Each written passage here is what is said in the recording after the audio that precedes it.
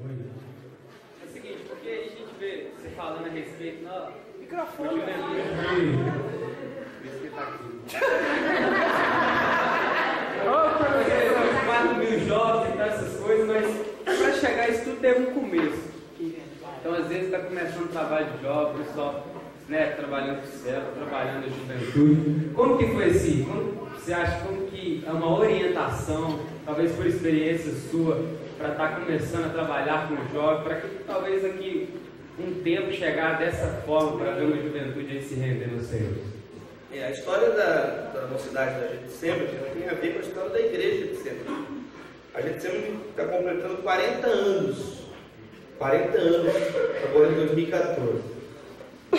Então, o pastor Jorge Linhares, ele assumiu a igreja há 34 anos atrás. 34 anos atrás, quando o pastor Jorge assumiu, tinha apenas 200 membros da igreja. 200 membros. Há 34 anos atrás, a maior igreja de Belo Horizonte era a Igreja Batista da Floresta, que tinha 3.000 membros. A segunda maior igreja era a Lagoinha, com 2.000 membros, e a Getsemane tinha 200. Hoje, 34 anos depois, a Lagoinha tem mais de 50.000 membros, a Getsemane tem 33.000 membros, e a Floresta acho que tem 2.000 membros. Então, o que acontece? O que acontece? Primeira coisa, isso é um chamado que Deus dá para a pessoa. Um chamado que Deus dá para a pessoa. O pastor Jorge Linhares tem esse chamado e essa qualificação, esse chamado de Deus para estar dentro de um rebanho desse tamanho. Agora, especificamente os jovens. O pastor Lucinho, em 1998, assumiu os adolescentes da igreja. E eram apenas 30 adolescentes. Eram apenas 30 adolescentes. No primeiro culto que o pastor Lucinho foi, ele não gritava, ele era mais normal, pelo menos louco. Ele tinha óculos, tinha espinha na cara, ele tinha 28 anos, ele tinha a idade que eu tenho hoje. E eu tinha 12 anos de idade. E aí eu estava no primeiro culto quando ele assumiu os adolescentes. Aí ele chegou, sabe o que ele pregou? Nada, ele passou um filme para ele assistir. Foi um filme e depois teve uma discussão sobre o filme. E aí começou o trabalho com o pastor Lucinho. E aí os adolescentes foram crescendo, fazia noite de talento, o pastor Lucinho muito alegre, foi testando um monte de ideia em todos os Estados Unidos. E aí o Ministério com Adolescentes foi crescendo, a UGA, União Getsemane de Adolescentes. Quando foi? Em 2001, nosso grupo de adolescentes era maior que o grupo dos jovens. Tinha 300 adolescentes e 200 jovens. Tinha mais adolescentes que jovens. Aí o pastor Jorge convidou o pastor Lucinho para ser pastor da mocidade. E aí então começou um trabalho, e ele gostava muito de ouvir Citalk e a música Jesus Freak. Aí ele traduziu isso mais ou menos em português, que é a ideia do Loucos por Jesus. Só que isso foi só em 2005. Como que cresceu o ministério? Uma série de coisas. Primeiro, tinha uma liderança forte, a liderança do pastor Lucinho. Isso é provado que as igrejas que crescem têm que ter uma liderança forte, uma liderança qualificada, né? Então o pastor Lucinho, homem de Deus, homem que tem mestrado em teologia. Pouca gente sabe isso. O pastor Lucinho tem mestrado em teologia pela Faculdade Sul-Americana, tem graduação, morou anos nos Estados Unidos, ele é um cara muito conectado. Pouca gente sabe. O pastor Lucinho também fala italiano, fala francês, todos alguém fala inglês, mas ele é uma pessoa altamente qualificada. Então o que acontece? Com essa qualificação, a segunda coisa que o pastor Lucinho fez foi distribuir tarefas. Ele distribuiu muitas tarefas. Então todo jovem na União dos Adolescentes tinha uma tarefa. Ninguém era solto. Se você fosse solto, você era um visitante. Então todo mundo, um tinha que acender a luz, o outro tinha que apagar no final, o outro tinha que limpar as cadeiras, o outro coordenava a intercessão durante o culto, o outro ligava os missionários para pegar informações, o outro ajudava a organizar a festa depois do culto, um ligava para quem estava precisando de reforço escolar. Todo mundo tinha uma função no grupo. Então esse foi um segundo segredo. Primeiro, a liderança. Segundo, todo mundo envolvido no projeto. Terceiro lugar, valorizar o que era criado lá dentro. Isso entusiasmava bastante a gente trabalhar. A gente não ficava assim, copiando muito o que faziam os outros. A gente queria nem saber. A gente queria produzir ideias novas. Então, um tinha uma ideia, vamos fazer teatro tosco, vamos. É o nosso estilo de teatro. Aí tinha o nosso estilo de teatro. Aí eu, por exemplo, tive a ideia de fazer o Salva-Vidas, que era um grupo de jovens obreiros. Pode fazer. Então a gente foi criando uma identidade própria. E isso foi dando uma força, uma coesão cada vez maior para o ministério. E depois, em 2005, ele lançou o livro Loucos por Jesus. E aí, em 2006, fez o primeiro congresso Loucos por Jesus. E aí estourou no Brasil. E foi até... Foi crescendo, crescendo, crescendo e não parou mais. Mas lá na raiz, no início, eu acho que esses são chaves. Ter uma liderança temente a Deus, qualificada. Porque Deus, ele não usou Davi à toa para matar Golias. Davi, antes de matar Golias, tinha matado quem, gente? Um leão e um urso. Ele não matou por nada Golias. Então, nada que acontece daqui para cá. Então, o pastor Luciano, antes de estar onde está hoje, pregando para ginásios lotados, eu vi o pastor Luciano, eu vi, ninguém me contou, eu vi ele chegar com a Patrícia e varrer o salão do culto e arrumar todas as 300 cadeiras sozinho, porque não tinha equipe. Eu vi o pastor Luciano varrer e arrumar cadeira por cadeira, sabe, passar pano, porque estava construindo o salão novo, ele passou pano, todas as coisas, e eu sentado olhando, não ajudei também, eu fiquei só lá olhando lá ele, né? Bom, mas eu de Deus, e eu não fazia nada. Então acho que isso são muitas coisas, a gente pode conversar mais depois, mas esses são caminhos. O que mais você perguntar, irmão? Eu. Tá. Fala. Fala aí.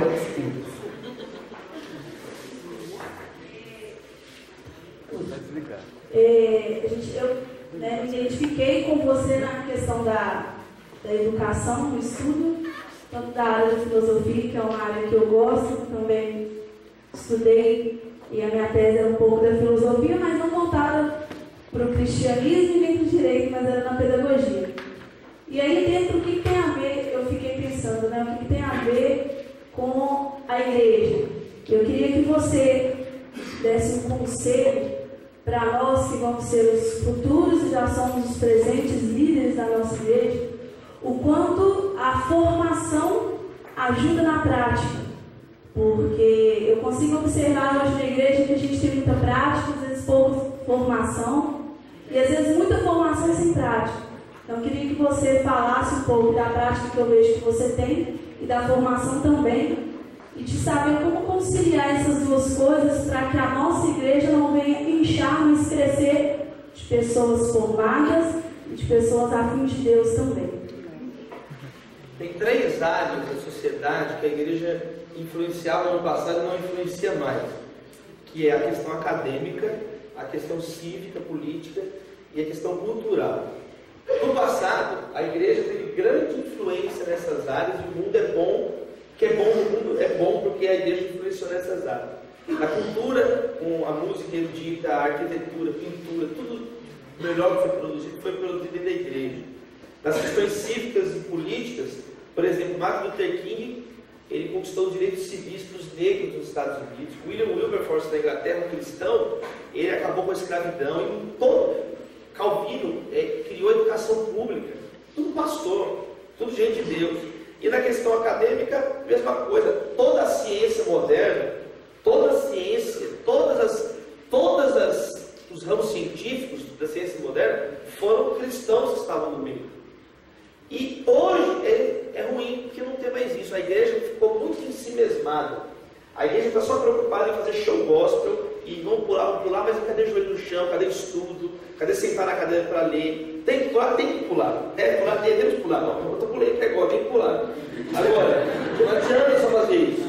Tem que sentar, tem que estudar, tem que ler, tem que fazer as coisas. Por quê? Porque senão a gente assim se mesmando para dentro da igreja, se mesmando para dentro da igreja, o demônio vai dominar as outras áreas.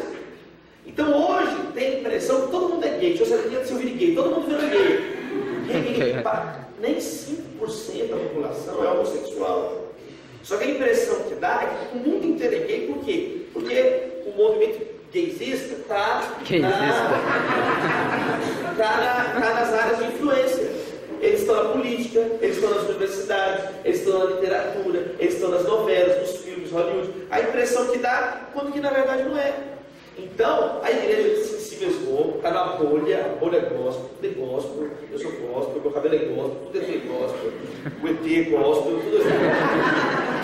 Mas em contrapartida, a gente não se comunica mais como ser pensante. Em contrapartida, a gente é facilmente engolido pelas filosofias do mundo. E isso é terrível. Por quê? Por isso, exemplos que eu estou dando. Agora, a nossa influência não é mais uma influência cultural, acadêmica, cívica, é tudo na base do grito. Aí tem que ficar gritando. Como não tem argumento, irmão, aí tem que ficar berrando. Tem que berrar. Não pode ser gay! Mas agora já é, entendeu? Como é que você vai dialogar com um ser pensante do mundo? Não adianta gritar. Não adianta, pode gritar o que for, não vai adiantar.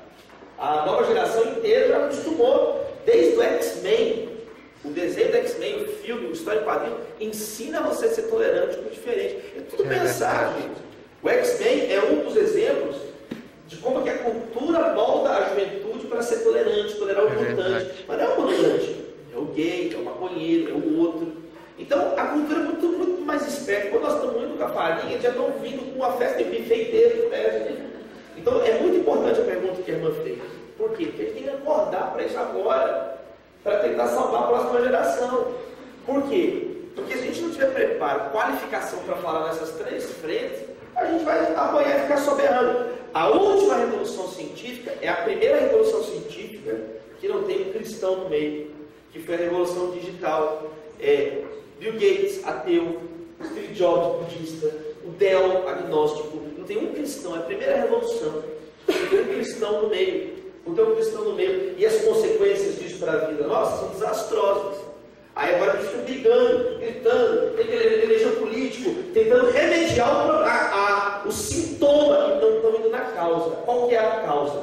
Não estamos formando pessoas que pensam, pessoas que estudam. Então, é o que nós temos que tentar trabalhar lá na GTC, o conceito de fé inteligente. O que é fé inteligente? É uma fé que está conectada, é uma fé que você trabalha, e a gente está vendo resultados lá, irmão. A gente está vendo resultados. Por exemplo, do curso de medicina atual, da atual turma de medicina, 120 alunos do FMG, 10 são da Getsemane. Tem mais chance de você entrar na medicina sendo da Getsemane do que qualquer cursinho de jornalismo.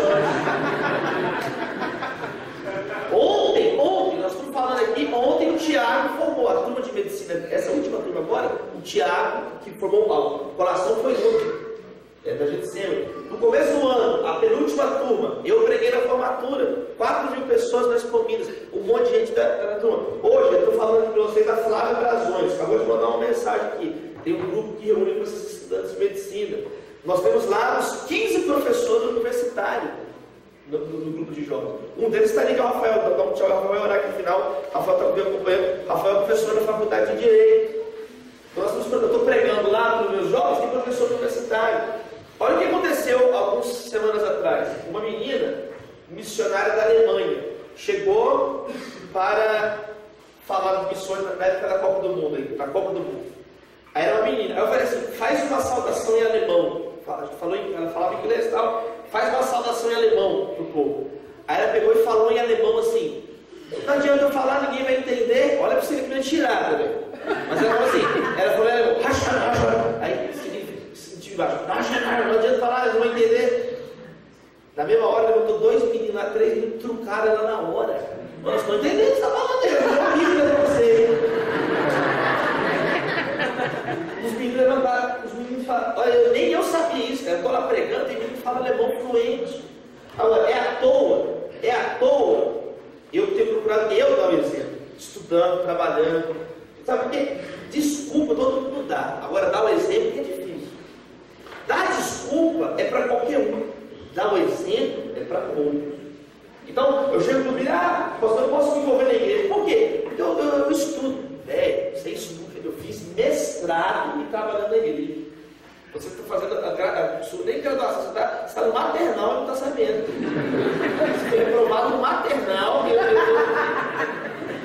Pastor, eu namoro. Eu sou casado, eu tenho 4 filhos. Você tem noção de ter filho? Ter filho significa sair de casa, é uma operação de guerra. Você tem namorado e já não serve a Deus? Não, mas eu trabalho. Eu sou dono de uma empresa. Você está começando a trabalhar? Na mesma hora, levantou 2 meninos lá, 3 meninos, trucaram ela na hora. Nós estamos entendendo o que você está falando, eu vou rir para você. Os meninos levantaram, os meninos falaram, olha, nem eu sabia isso, cara. Eu estou lá pregando, tem menino fala alemão fluente. Agora, é à toa, eu tenho procurado, eu dar um exemplo, estudando, trabalhando, sabe por quê? Desculpa, todo mundo dá. Agora, dar o exemplo é difícil. Dar desculpa é para qualquer um, dar o exemplo é para poucos. Então, eu chego para o pastor, eu posso me envolver na igreja. Por quê? Porque eu estudo. Você estuda, eu fiz mestrado e trabalhando na igreja. Você está fazendo nem graduação, você está no maternal e não está sabendo. Você é reprovado no maternal. Pastor, eu namoro. Eu sou casado, eu tenho uma filha. Você tem noção de ter filho? Ter filho significa sair de casa, é uma operação de guerra. Você tem namorado que já não serve a Deus? Não, mas eu trabalho. Eu sou dono de uma empresa. Você está começando a trabalhar, eu sou dono de uma empresa, cara. Então eu tenho que procurar dar um exemplo para os jovens lá na nossa mocidade, e para a glória de Deus, a gente está colhendo frutos bem firmes, assim, bem firmes. A nossa mocidade não é só a quadra do jovem, é um monte de gente qualificada. Quem está ali, o Rafael, professor universitário Júnior Toro aqui agora, é empresário, estava contando os números da empresa dele, quintuplicado. Vem cá vocês dois aqui rapidinho. Quintuplicou os números, é legal que eles são exemplos dos jovens que tem lá na nossa mocidade. Então, o Júlio estava contando aqui, vou deixar eles falar um pouquinho, que é bom que você veja eles mesmo falando. O que você tem a dizer sobre isso? Sobre o trabalho, o estudo, fala aí. Bom dia.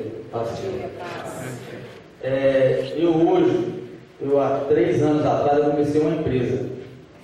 É uma empresa que mexe com descartáveis e produz limpeza. Tudo que tem descartáveis, copo, tudo descartável eu forneço hoje para hospitais, para Vilma Alimentos, um monte de empresa grande, um monte. Ano passado, nessa mesma data de hoje, eu estava faturando 70 mil reais, que para o meu ramo é nada. Hoje, dia 16, eu já faturei 180 mil. Glória a Deus. Vou fechar esse mês faturando 250 mil. Isso, quando eu chego para pessoas que estão no meu mesmo ramo, eu pergunto: o que você fala para uma pessoa que tem 3 anos trabalhando nesse ramo que a gente trabalha e faturando 250 mil? A empresa é rica, milionária já. Em 3 anos, faturando. O que eu aprendi com isso? Eu e os 2 irmãos, nós somos sócios. O que eu aprendi com isso? Que não adianta nada a gente ir para o mundo, correr atrás só de finanças. Nós temos que ter a finança e ter Jesus com a gente. Porque quando eu fui para a igreja, eu converti em 90, desviei, quebrei. Eu com 18 anos, idade de algumas pessoas que estão aqui, eu ganhava 2 mil por semana. Quebrei só tudo fazendo coisa que não era para Jesus. Voltei. A primeira coisa que eu fiz com Jesus foi o seguinte: Senhor, a sua palavra fala que buscar em primeiro lugar o reino do Senhor e as outras coisas vos serão acrescentadas. Então o que acontece? Eu vou te buscar primeiro, mas eu creio que o Senhor vai me colocar lá na frente.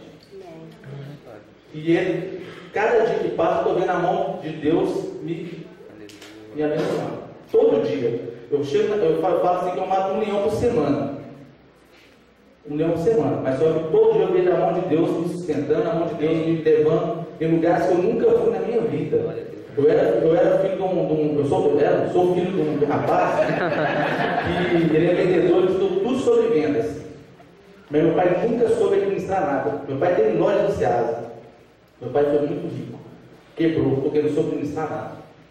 Então hoje eu vou começar a fazer o curso de administração agora, em fevereiro. Não tem nada de formação acadêmica. Só que hoje eu vejo que eu preciso, se eu não fizer uma formação acadêmica, não vou conseguir passar onde eu estou hoje. Eu necessito de uma formação acadêmica. O mundo hoje, se eu não tiver uma formação acadêmica, eu sou como se fosse um analfabeto. Então hoje tem que ter uma formação acadêmica, tem que buscar conhecimento, tem que buscar aprender mais para você ser alguém lá fora. Amém. Basicamente eu tenho que falar isso. Eu, na minha empresa hoje, eu vejo a mão de Deus todos os dias. Porque hoje eu entreguei minha vida realmente, né? Hoje Coloquei ele no número 1. E eu faço coisas na minha empresa hoje. Muito. Da minha